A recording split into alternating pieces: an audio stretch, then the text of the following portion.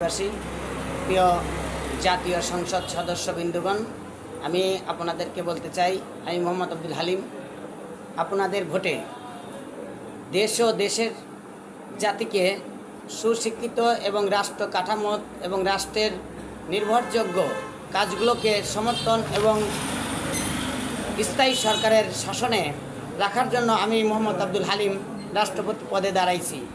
তাই আমি 5 বছর আপনাদের বিনি স্বার্থে বিনি বেতনে আমি রাষ্ট্রপতি হিসেবে জনগণের পাশে দাঁড়াতে চাই এবং জাতীয় সংসদ সদস্যবৃন্দদের সাথে আমি একমত প্রসঙ্গ করে প্রধানমন্ত্রীকে সহযোগিতা করে দেশকে উন্নতশীলে করতে চাই।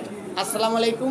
আপনারা সবাই আমাকে ভোট দিয়ে রাষ্ট্রপতি হিসেবে শপথ করার অঙ্গীকারবদ্ধ করুন। আসসালামু আলাইকুম। প্রিয় দেশবাসী, দোয়া করবেন।